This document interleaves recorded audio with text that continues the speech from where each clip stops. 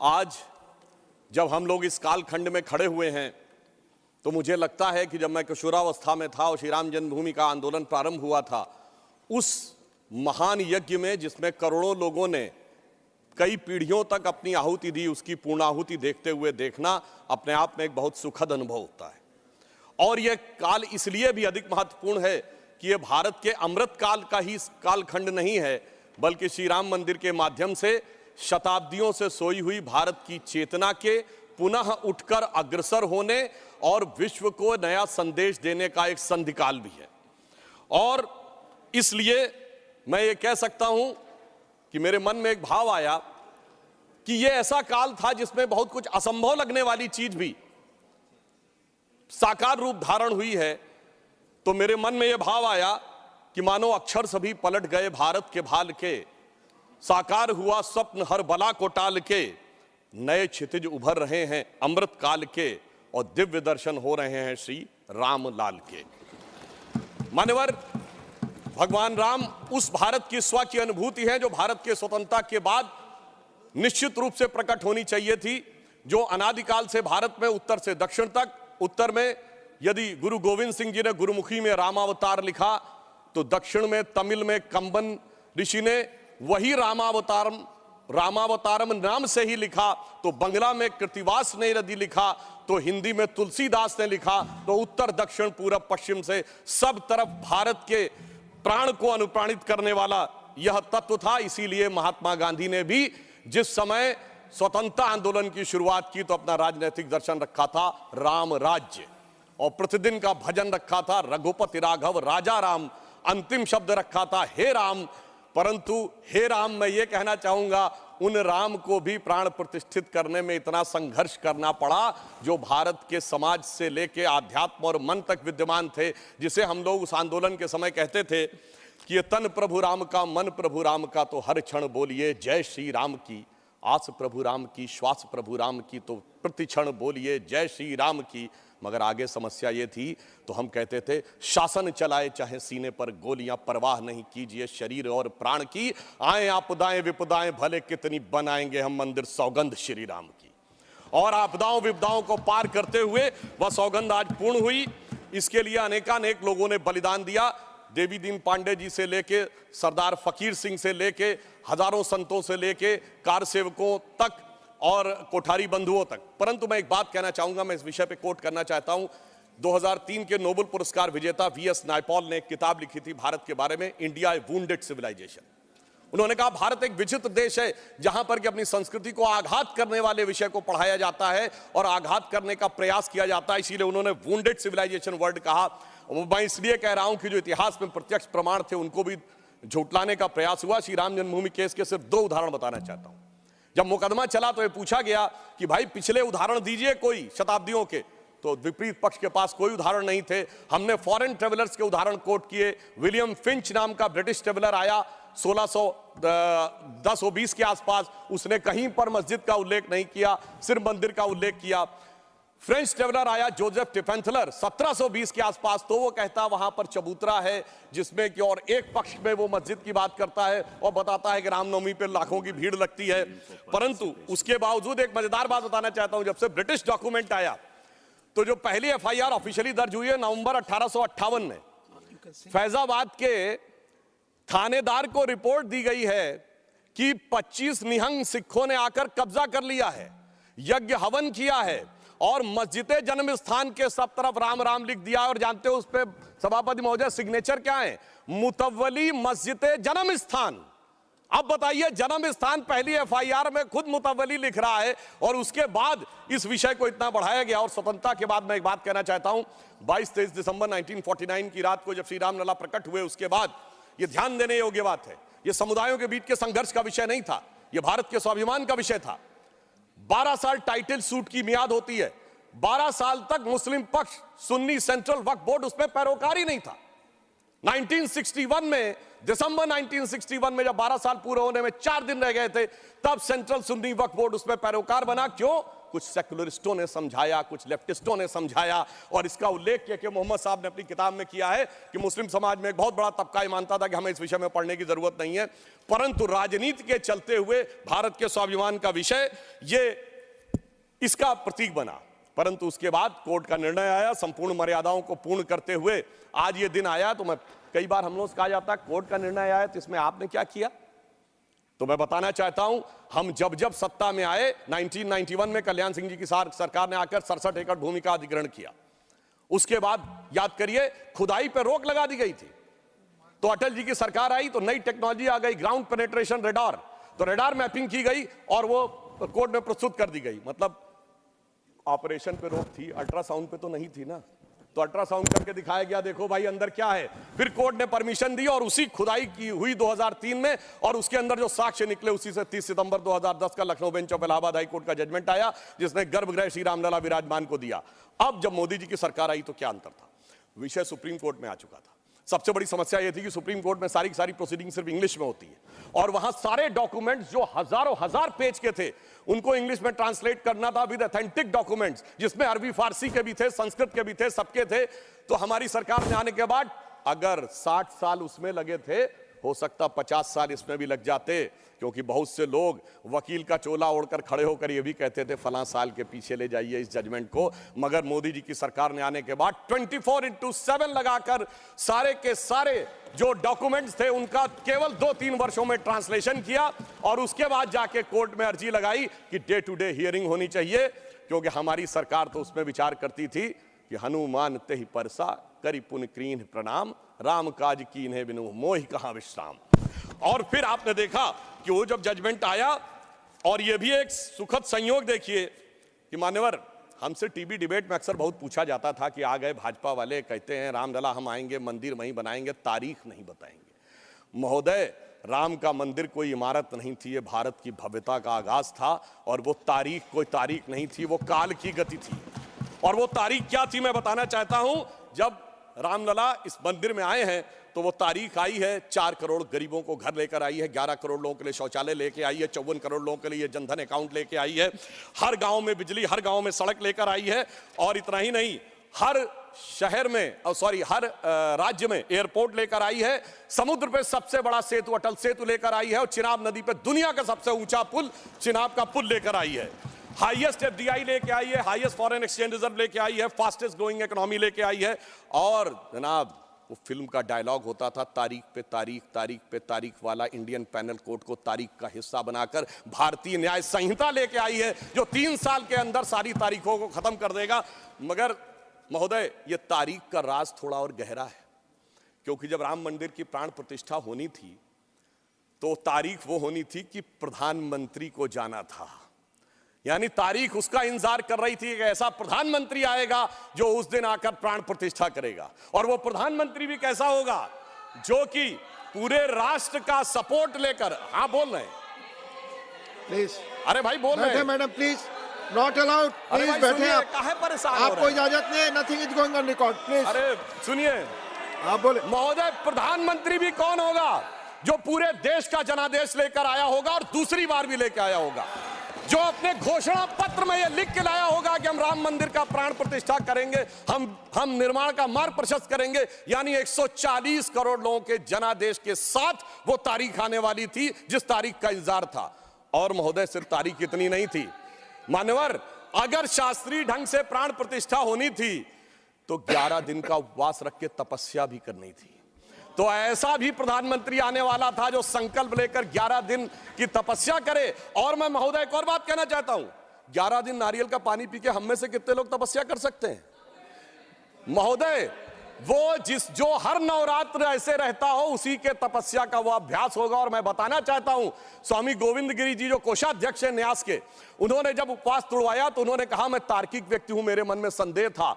तो जब इनकी माताजी जीवित थी तो मैंने उनसे पूछा था, तो उन्होंने कहा 40 वर्षों से अभ्यास है ये उपवास रखने का, इसलिए 11 दिन शासकीय कार्य रखते हुए भी वो उपवास कर पाए। ऐसे व्यक्ति की प्रतीक्षा थी तारीख को। और फिर दक्षिण में जाकर, चाहे नासिक हो और फिर चाहे गुरुवायूर का मंदिर हो अथवा रामेश्वरम में खड़े होकर जब प्रधानमंत्री जी 22 कुओं के जल से स्नान कर रहे थे, जो भारत के संपूर्ण क्षेत्र का प्रतिनिधित्व करते हैं, तो यह संदेश था दूर दक्षिण सिरे पर खड़े होकर कि देखिए ये राम है जो घट-घट में व्याप्त है पूरे उत्तर से दक्षिण तक।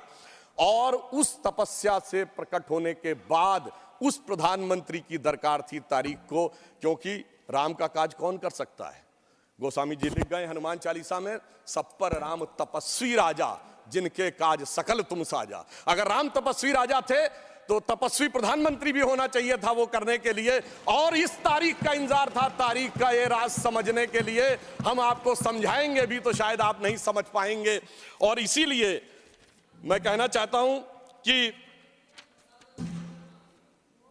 इतना ही नहीं, महत्वपूर्ण बात यह थी कि सब कुछ शांति और सौहार्द से निपट गया। जब राम मंदिर का मुद्दा उठा था तो कितने प्रकार की चीजें होती थी। इसके लिए हमें निश्चित रूप से सरकार, प्रधानमंत्री को धन्यवाद देना चाहिए। पूरे देश में जिस प्रकार का सौहार्दपूर्ण वातावरण रहा, और महोदय 90-92 में भारत ही नहीं अगल बगल भी बहुत कुछ हुआ था। अब की अगल बगल में भी शांति बनी रही, ये तपस्वी राजा का प्रताप था। और इतना ही नहीं महोदय, अबू धाबी में भी मंदिर बनने जा रहा है। मुझे लगता है भारत के लिए अमृत काल में सांस्कृतिक गौरव का इससे बेहतर काल नहीं आ सकता था कि राम मंदिर भी बन रहा है और अबू धाबी में भी मंदिर बन रहा है। और मैं एक और बात कहना चाहता हूं महोदय, यह हिंदू मुस्लिम का विषय नहीं था, यह भारत के जय और विजय का विषय था, और उससे भी बढ़कर यह मूल्यों का विषय था। कौन से मूल्य थे? एक मूल्य वो जिसमें भगवान राम उस मूल्य के प्रतीक बनते हैं जिसमें 4 भाई हैं, पिता के एक वचन पर वन चले जाना, दूसरे भाई का जंगल जाना, तीसरे भाई का खड़ाऊ रखकर शासन करना, एक ये परंपरा थी। और दूसरी परंपरा वो जिस बाबरी परंपरा में भी 4 भाई थे, शुजा, मुराद, दारा और औरंगजेब। एक ने 3 को कत्ल कर दिया, बुढ़ापे में बाप को जेल में डाल दिया, और इतने पे भी संतोष नहीं हुआ बल्कि सर काटकर थाली में रख के जेल में बंद बाप के पास भेजा। आप किसी मत को मानने वाले हो, अपने घर में क्या देखना चाहते हैं, भाई की खड़ाऊ या भाई का सर? इन 2 मूल्यों के अंतर का यह प्रतीक था। इसका हिंदू मुस्लिम से कोई नहीं था। और मैं अपने विरोधियों को बताना चाहता हूं, मान्यवर, उर्दू में भी एक रामायण लिखी गई है, चकबस्त रामायण, और उसमें इसी मूल्य को अप्रिशिएट किया गया है कि जब भगवान राम राजा दशरथ से अनुमति लेकर जाते हैं तो उर्दू के प्रसिद्ध शायर चकबस्त ने, और वो लखनऊ के रहने वाले थे, उन्होंने लिखा है, रुखसत हुए वो बाप से लेकर खुदा का नाम, रुखसत हुए वो बाप से लेकर खुदा का नाम, और राहे वफा की मंजिलें अव्वल हुई तमाम। यानी उनको तो दिखा कि राहे वफा की कौन सी मंजिलें हैं जो अव्वल हो रही हैं। मगर क्या बताऊं महोदय, एक फैक्ट बताना चाहता हूं। 22-23 दिसंबर 1949 की रात को जब श्री राम लला प्रकट हुए तो सबसे पहले वो रोशनी किसने देखी थी? वो यूपी गवर्नमेंट का एक सिपाही था जिसका नाम था अब्दुल बरकत। उसने बाकायदा मजिस्ट्रेट के सामने बयान दिया है कि रात में उसको दिव्य रोशनी दिखी, और जब दिव्य रोशनी हटी तो वहां पर श्री राम लला विराजमान थे। अब्दुल बरकत को रोशनी 1949 में दिख गई, मगर कुछ सियासत वालों को रोशनी 2024 में नहीं दिख रही है। और मैं आपको बताना चाहता हूं, बाबरी पक्ष के पैरोकार थे इकबाल अंसारी, और यह उदारता देखिए कि सबको बुलाया गया, विरोध करने वालों को बुलाया गया, ट्रस्ट के द्वारा गोली चलाने वालों को बुलाया गया, और इकबाल अंसारी को ही बुलाया गया। और इकबाल अंसारी प्राण प्रतिष्ठा में आ गए। उनका इकबाल तो बुलंद हो गया, मगर इन लोगों का इकबाल जमींदोज हो गया। और मैं ये भी बताना चाहता हूं, उसका एक कारण है। ऑन द लाइटर नोट, इसको कोई पर्सनल ना ले महोदय, ये कहा जाता है कि हमारे यहां राम का तत्व या ईश्वर का तत्व कौन नहीं समझ पाता है? जो कामी, क्रोधी, लोभी, खलकामी हो। और राजनीति में वो नहीं समझ पाता जो सेकुलर और वामी हो। अब मैं ये बताना चाहता हूं महोदय कि जो लोग कहते हैं भगवान राम ने अपने जीवन में ये मंदिर किस चीज का प्रतीक है, कई लोग एक आध कोई शब्द लेकर बगैर पढ़े हुए, बगैर उस भाषा को जाने हुए अपनी बात कहने लगते हैं। तो मैं बताना चाहता हूं, भगवान राम ने कौन मेरा भक्त है इसका बाकायदा उदाहरण दिया। उन्होंने लिखा है, जात पात कुल धर्म बड़ाई, धन बल परिजन गुण चतुराई। इन 10 चीजों से मैं नहीं मिलता। मैं कैसे मिलता हूं? भक्ति से मिलता हूं। ये सारी 10 चीजें हो किसी के पास और भक्ति ना हो, तो उन्होंने कहा, भगतहीन नर मोहे ऐसे, जल बिन बारिध लागे जैसे। अर्थात अगर ये सब कुछ हो, जात पात कुल धर्म बड़ाई ये हो, भक्ति ना हो, तो ऐसा जैसे बादल हो उसमें पानी ना हो। इसलिए भगवान ने इस बात का संदेश दिया। और मैं एक विषय और कहना चाहता हूं। जब राम मंदिर का निर्माण हो रहा था तो कहा जाता था साहब वैज्ञानिक प्रमाण दीजिए। मैं बस एक बिंदु विज्ञान का भी और बताना चाहता हूं। यह विशुद्ध विज्ञान है, क्योंकि अगर आपने रामचरितमानस के शुरुआती श्लोक पढ़े हो तो उसमें बहुत साफ लिखा, सीताराम गुणगाम पुण्य अरण्य विहारिण्यो वंदे विशुद्ध विज्ञानो कवीश्वरो कपीश्वरो। अर्थात विशुद्ध विज्ञान महर्षि वाल्मीकि ने लिखा। और विज्ञान क्या है? पूछा गया था कि भगवान हुए कब, ये तो बताइए, यहां हुए कि नहीं ये बताइए। अब आप ये बताइए कि आज हम समय कहते हैं, उनका एग्जैक्ट टाइम लिखा है। जैसे आज हम टाइम कह रहे हैं, दिल्ली में कुछ और है, लंदन में कुछ और है, तो एक जीएमटी ग्रीनिच मीन टाइम बताया गया। पर अगर आपसे पूछा जाए टाइम का एब्सोल्यूट मेजरिंग पैरामीटर क्या है, which is equally applicable on earth, moon, solar system and any point in the space, it is only the relative positions of planet। और भगवान राम का वो exact relative positions of planet, जो Einstein का fourth dimension कहा जा सकता है, वो लिखा है कि मेष राशि में सूर्य था, मकर राशि में मंगल था, तुला राशि में शनि था, मीन राशि में शुक्र था। और जब नासा ने अपने प्लेनेटोरियम गोल्ड सॉफ्टवेयर में डाला तो 5114 बीसी की डेट निकल आई। इससे ज्यादा किसी को सबूत चाहिए? विज्ञान का वो सबूत मिला। और इतना ही नहीं, मैं बताना चाहता हूं, जिन लोगों ने अगर पढ़ी हो तो भगवान राम के जन्म के समय लिखा है कि चैत्र मास के समय शरद ऋतु थी। अंगद बताते हैं कि अश्विनी मास यानी आज के अक्टूबर के समय वसंत ऋतु थी। और इतना ही नहीं, कहा गया जब किष्किंधा से भगवान निकलते हैं तो धूमकेतु टकराया था मूल नक्षत्र से। और जब एस्ट्रोनॉमर्स ने इसकी गणना की तो वो ठीक डबल हो जाता है, 14,000 साल पीछे आता है। इसका मतलब प्रमाण देखने हैं तो प्रमाण जमीन के नीचे से भी निकले, शाही फरमानों से भी निकले और आसमान से भी निकले। समस्त मर्यादाओं को पूर्ण करते हुए हमारे ये इस विषय के ऊपर आए। और मैं एक बात और कह दूं, कभी कहा जाता था महर्षि वाल्मीकि ने तो रामायण भगवान राम के पैदा होने से पहले लिख दी थी, और कहा जाता है भविष्य में जाके लिख दी। कहा जाता है गप है, बकवास है, कैसे हो सकता है। महाभारत कहा जाता है वेद व्यास ने भूतकाल में जाके लिखी, वैशंपायन के समय। अरे ऐसा कैसे हो सकता है? मैं पूछना चाहता हूं, 1916 में आइंस्टीन की थ्योरी ऑफ रिलेटिविटी देने के बाद अब time travel forward, time travel backward बकवास है क्या? अगर किसी ने साइंस नहीं पढ़ी है तो उसे समझना चाहिए। मगर मैं ये नहीं कहना चाहता हूं इसको कह के, मैं कहना चाहता हूं हमारे ऋषि त्रिकालदर्शी थे, और ये टाइम ट्रेवल तो बहुत छोटी बात थी जो अब धीरे धीरे लोगों को समझ में आ रही है। और मैं एक विषय और कहना चाहता हूं, हम सब ने भगवान राम के मंदिर तो देखा, वहां पर दूसरा सबसे बड़ा मंदिर कौन सा? हनुमानगढ़ी का। आपने हनुमान जी के सैकड़ों हजारों मंदिर देखे होंगे इस देश में, लवकुश का मंदिर देखा है कभी? नहीं। हमारे यहां पुत्र का महत्व नहीं है, शिष्य का महत्व है, भक्त का महत्व है। हमारे यहां बायोलॉजिकल सक्सेशन का महत्व नहीं है, स्पिरिचुअल सक्सेशन का महत्व है। इसीलिए द्रोणाचार्य के बेटे का स्थान ऊंचा नहीं है, शिष्य का स्थान ऊंचा है। इसीलिए हम हर जगह गुरु शिष्य परंपरा की बात करते हैं, पिता पुत्र परंपरा नहीं होती। भगवान राम का चरित्र इस बात का उदाहरण देता है कि हर जगह आपको हनुमान जी के मंदिर मिलेंगे, वो भी राम से ज्यादा मिलेंगे। और मैं अंत में यह कहना चाहता हूं महोदय, एक बार एक डिबेट में वो कहने लगे कि भाई you are talking about the Ram temple, how does Ram temple fits in the 21st century emerging India who aspires to become a technologically advanced and become the economic superpower with the youngest population, where does Ram Mandir fits in that? मैंने कहा सुनिए महोदय, हम 21वीं सदी में भारत को सिर्फ इकोनॉमिक, इंटेलेक्चुअल या मिलिट्री सुपर पावर नहीं बनाना चाहते, हम वर्ल्ड लीडर बनाना चाहते हैं। और जब वर्ल्ड लीडर बनाना चाहते हैं तो it should symbolise the certain set of values which will inspire the world. और अगर सारे श्रेष्ठतम मानवीय मूल्यों का प्रतीक कोई एक होगा तो वो भगवान राम का मंदिर होगा, जो विश्व के सबसे श्रेष्ठतम मानवीय मूल्यों का प्रतीक होगा। कैसे? मैं आधुनिक जियोपॉलिटिक्स से बताना चाहता हूं। आज कोई एक देश किसी पर अटैक कर रहा है, रशिया यूक्रेन की लड़ाई चल रही है, चाइना का ताइवान के साथ प्रॉब्लम चल रहा है, इराक और उसका चला। क्या है डिप्लोमेसी में? नंबर 1 एनेक्सेशन, दूसरे देश को मिला लो। दूसरा है सब्जुगेशन, वहां अपना डिप्यूटी अपॉइंट कर दो। और तीसरा है डोमिनेशन, उसके साथ संधि साइन कर लो। भगवान राम ने क्या लंका को जीतने के बाद एनेक्सेशन किया? नहीं। क्या वहां पर कोई अपना डिप्यूटी बैठाया यानी सब्जुगेशन किया? नहीं। कोई ट्रीटी साइन कराई, डोमिनेशन किया? नहीं। तो मैं कह सकता हूं आज के जियोपॉलिटिक्स वर्ल्ड में जब क्लैश ऑफ सिविलाइजेशन कहा जाता है तो उसका प्रतीक वो राम मंदिर दिखेगा, जो पूरी दुनिया को बताएगा कि पीसफुल को एग्जिस्टेंस कैसे हो सकता है बगैर एक दूसरे से लड़े हुए।